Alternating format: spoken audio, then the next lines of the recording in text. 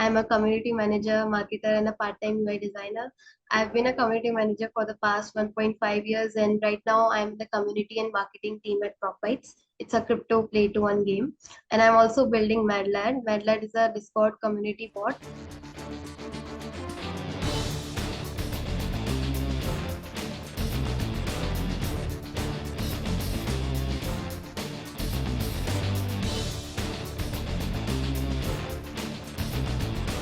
Hey guys, welcome back to the Community Builders podcast series. Here we talk to the builders and shapers of the Web3 community. In each episode, we will deep dive into the stories, struggles, and successes of the people who are creating the decentralized future. In today's episode, we have a special guest joining us, Anushka. Hey Anushka, how are you Hi, doing? I'm doing awesome. How are you? I'm good. I'm good. Okay, so Anushka, tell us something about your journey, कि ताकि हमारी audience समझ पाए. And Web3 is still a very beginning stage right now, right? So how Yeah. you adopted it and what was your roadmap कि अगर एक fresher है जो अभी Web2 में या बिल्कुल college student है, तो वो कैसे अपनी Web3 journey start कर सकता है? For me, when I started from Twitter only. So I used to be very active on Twitter. And there was a time in 2021 when NFTs are booming on Twitter. Like everyone was talking about NFTs, just like people are talking about AI right now. So either be NFT, either be NFT. Those who don't know about NFT were saying about it. So that's when it got a lot of attention, and I thought of diving into it and exploring it a bit. And I read about NFTs and Web3 then started joined some newsletters and joined some Discord servers, and also opted for some courses. And I learned from theory only for the first 2 3 months, and then my practical journey actually started with community building only in Web3 space in February when I joined Meta as a community manager. Got it. Got it. Okay. So, can you just tell us the you made a community for unpaid for solving this unpaid internships things, right? So, can you Mhm. tell me that what was the specific moment when you realized the need to address the issue of unpaid and unauthentic internships in India? Yeah, so what happened was at that time I was also professionally kicking off my career. So I was a basic student till then. I did not do anything, and I was just active on Twitter, and I was seeing people around my age doing crazy stuff. So that's when I thought that I need to do something, and I went out there. I started looking for internships, and then I went to the first platform, which is really famous, and every student in India must have heard about it, which is Internshala. And I might get cancelled for saying this, but it is the worst platform if you want to do an internship. So what happened was I went to find some marketing internships, and and what I found was some people asking for 100 subscribers for 10 rupees and this stuff. Even worse was the ones who were not even paying; they were giving some so-called internship certificates. And I almost fell for it, but I had an elder sister, and she told me about all this shady stuff, and then I did not do it, but I wanted to see more into it. So I talked to more people, and I found that there were many who were affected by this. Even they were affected by people who were not even paying them. So what they used to do was they used to ask them to do some work, and then later tell them that you did not do it properly, so we are not going to pay you. This was the biggest scam. So it really hurt my feelings at that time because I was also kind of newbie, and I took it personally. That's when I started to work on Intrazi. Got it. Got it. Okay. So, it's like something like truth and very harsh right now, but it is something truth where many companies tries to make you feel demotivated on all this. Okay. So, what were some of the major challenges you faced during the stages of community building, and how did you overcome those, and what lessons did you learn from those experiences? The major challenges was so I'll ask you one question. How many Discord servers have you joined till now? Approx 100. Approx 100. And how much are you really active in? 5 to 10. Exactly. So this was the major challenge to getting to those 5 to 10 of people who are already in the server. So now bringing new people was not a big deal for us. There were people coming, but retaining them and engaging them was a really tough task. So we used to do that by holding community calls and chilling with people playing games, inviting other people, and having a good onboarding system, making all the community members who were there on the Discord server feeling heard and valued. And the most important thing is being active as a team. So if you hire community moderators and let them do all the chatter, don't do that. I'm not against hiring community members. It's actually one thing you should do, but you should not rely on them, because if someone joins the community and they just find two, three people talking to each other and claiming themselves from the team, they'll not feel a sense of authenticity. So at least once a week, if you don't have any time, you can join once a week and talk to your community members and see what they want actually, and try to work on that. So the challenge was keeping them active.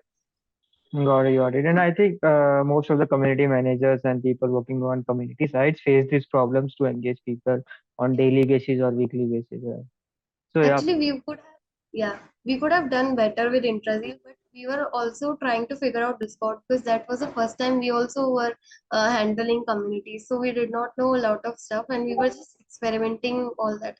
So that is why it also broke down in the middle or sometime.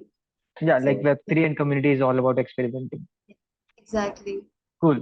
Okay, so moving on to our next question, that is, how did you started your, like, if I talk about your Web3 journey, right? So what was your beginning stage sounded like uh, what was the roadmap to get into Web3 by just joining Discord and being active on Twitter can't let you understand the Web3 space, right? So you must have done things. You have gone to platforms and read their white papers or something like that, or did something in Yeah. Web3 to explore the structure of Web3, right? The explore Yeah. decentralization. So what were those? So I started by reading blogs from Pratik, and also listening to his podcast. And he used to make tutorials. I think it's still there. He used to make tutorials on podcasts on how to deposit coins and stuff. That was one thing. And I used to subscribe to many newsletters and like Bankless, and there were many good ones actually. So I used to read Bankless, and I used to watch a lot of YouTube videos on community building, especially because marketing is different in both of them. So I used to do that a lot. I used to talk to my friends who were already there working working on some role in Web3. So talking to them was one of the major things that contributed to my interest, because they were at that time there were a lot of people who were doing something in Web3. So I talked to them, and I also took advice from them. I also got referred to them from for Unometa. I got referred to Unometa by some friend. So those friends helped me a lot. And reading and watching a lot of content helped me a lot. But the actual growth came from the practical journey only, and experimenting stuff, and talking to people on community calls. That was a major thing as well, because there are very interesting people if you actually try to understand them. Everyone has something interesting that they want to talk about. So yeah, it was good. Yeah, like community really helps you get into Web3. I have been into that stage as well. People helped me in community when I was in learning stage, and I'm still learning. Okay, so Yeah, same, moving same. Yeah, so moving forward, let's talk about the present things that you are currently doing, right? So tell us something about MadLab, the product that you are currently building, something about that. I'm building Madlad with a friend, Rajat. So what happened is, do you know about Build Space Yeah, by any chance? Yeah, so Build Space is a school where people build their projects, and we wanted to sign up, but we were just talking about what we should build. And I was from the community space, and he was from the automation and backend stuff. So we thought of combining these. And one more challenge was that what happens in crop bites is we need moderators all the time to answer players' questions. So we go and interview them, and then hire them, then train them, then they take some time to learn all of that stuff about depositing and funds and all. And then after a few months they leave, because they don't really full-time employees. So we have to change them every now and then. So it was a very time taking process. That's what we wanted to automate. That's why we have built Madlet. Madlet is a Discord bot that can do anything a community moderator can.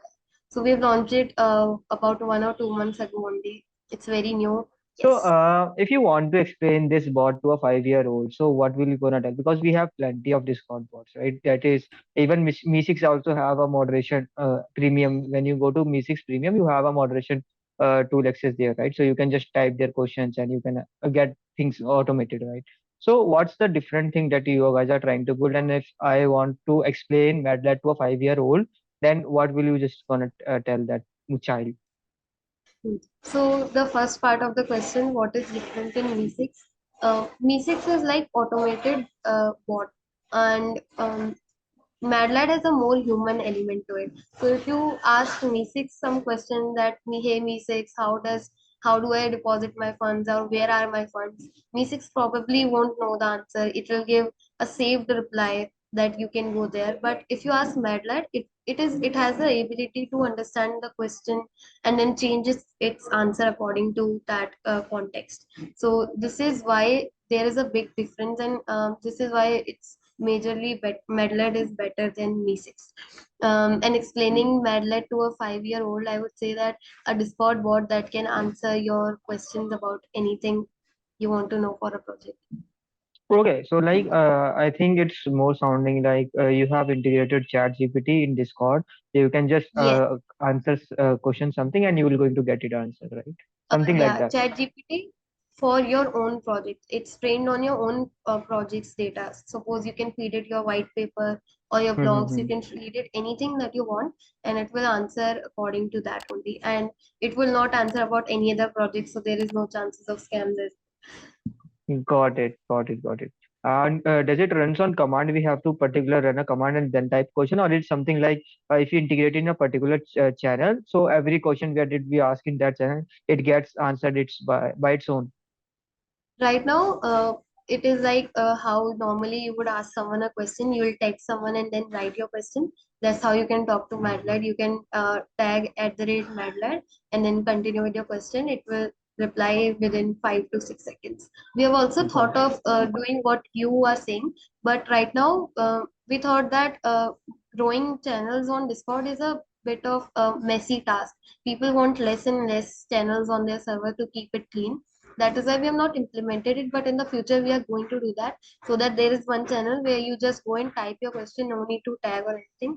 The bot will reply automatically. Yep, yep. Okay, I got what MATLAB does properly 100%. So if you guys still have any questions, that just type it in the description or just go on the Twitter handle of Anushka and she will going to answer it for sure. Am I right? Absolutely. Yes. Cool. Yes. So moving to the yeah, moving to the third sector, that's future things, right? So my first question will be like, as you look ahead, what are your future plans and aspirations in the Web3 space? Are there any specific projects or initiatives you are excited to explore or contribute to? Yeah. So when I started with NFT projects more, but now I am diving into gaming, Web3 gaming projects, and they're really interesting. So I'm looking forward to more gaming projects, and I think I'm going to contribute to projects not directly but through Madled. So since Web3 communities are really large and communities are a big part of Web3 itself, so we are going to help those Web3 communities through Madled. That's how we want to continue. Got it, got it, got it. Okay, so my next question would be, what advice would you give to aspiring community builders who are just starting out their journey in Web3 space?